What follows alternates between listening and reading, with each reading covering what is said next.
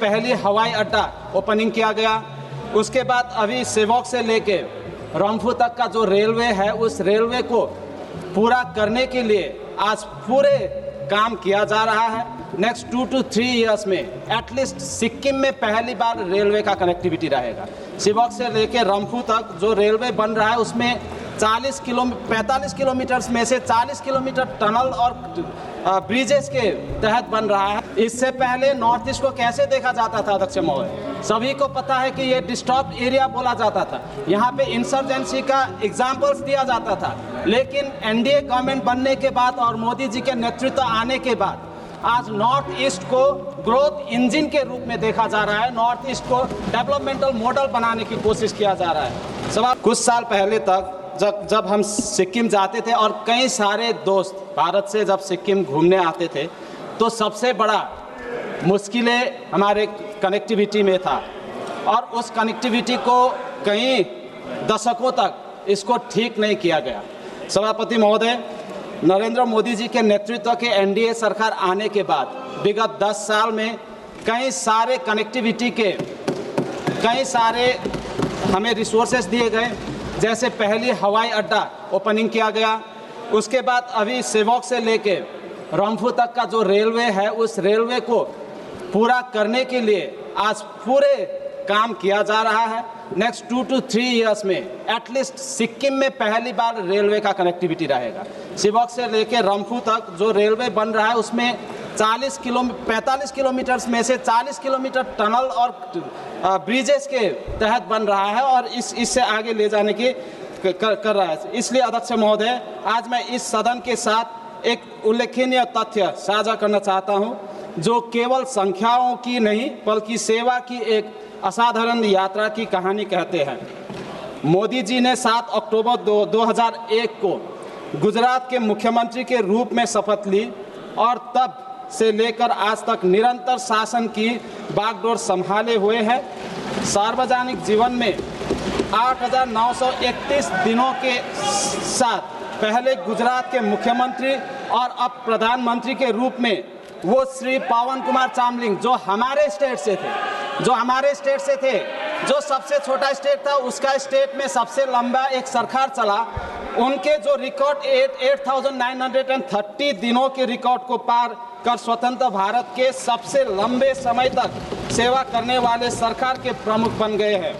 मैं सिक्किम के जनता की ओर से और सारे मेरे कॉलीग्स जितने यहाँ बैठे हुए हैं उनके ओर से भी, और सिक्किम के हमारा नेता श्री प्रेम सिंह तामाङ जी के ओर से माननीय प्रधानमंत्री श्री नरेंद्र मोदी जी को बधाई एवं शुभकामनाएं व्यक्त करता हूँ।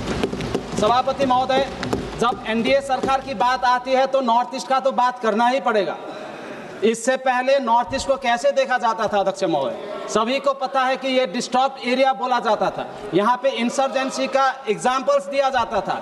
लेकिन एनडीए गवर्नमेंट बनने के बाद और मोदी जी के नेतृत्व आने के बाद आज नॉर्थ ईस्ट को ग्रोथ इंजन के रूप में देखा जा रहा है। नॉर्थ ईस्ट को डेवलपमेंटल मॉडल बनाने की कोशिश किया जा रहा है। सभापति महोदय, इतना ही नहीं, इसके विकास को और प्रगति देने के लिए पीएमजीएसवाई के अंतर्गत 21,000 किलोमीटर ग्रामीण सड़कें बनाई गई है।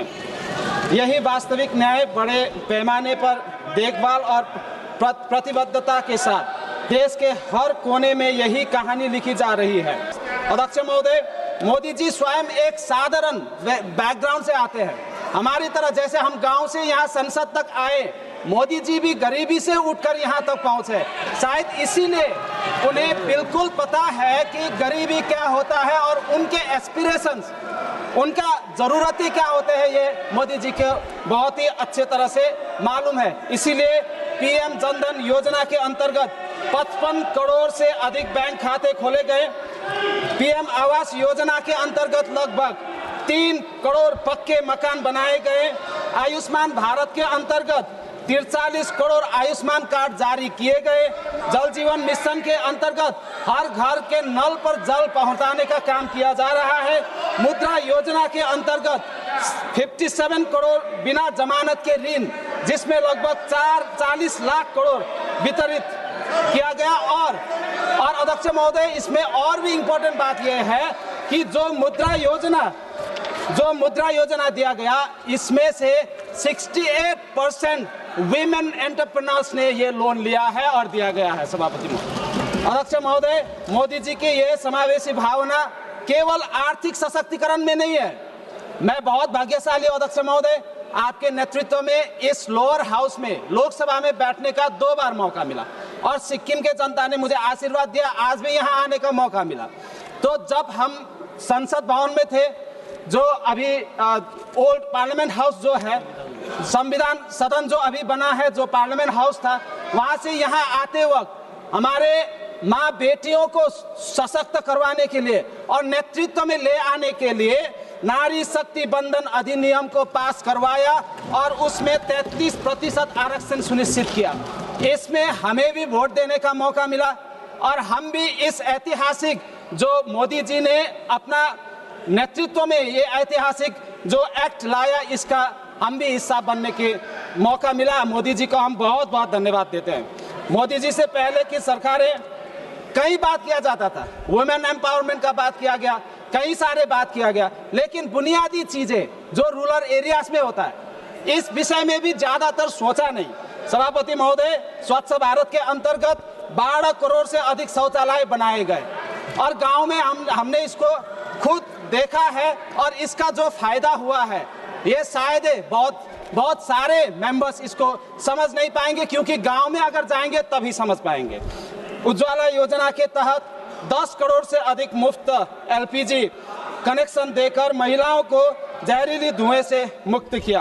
अध्यक्ष महोदय, मोदी जी आदिवासी समाज की भी बहुत परवाह करते हैं। जितने भी ट्राइबल्स हैं, ट्राइबल्स को बहुत ही उन्होंने न्याय दिया है और सबसे बड़ा न्याय ये हुआ सभापति महोदय, संथाल आदिवासी समुदाय की एक बेटी श्रीमती द्रौपदी मुर्मू जी को भारत के सर्वोच्च संवैधानिक पद राष्ट्रपति पद पर आसीन किया गया। मोदी जी के नेतृत्व में ही भगवान बिरसा मुंडा जी की जयंती 15 नवंबर को जनजातीय गौरव दिवस के रूप में घोषित किया। सभापति महोदय, इससे पहले इंडियन हिस्ट्री में ट्राइबल को हमेशा मार्जिन में रखा गया, ट्राइबल के विषय में कभी बात ही नहीं किया।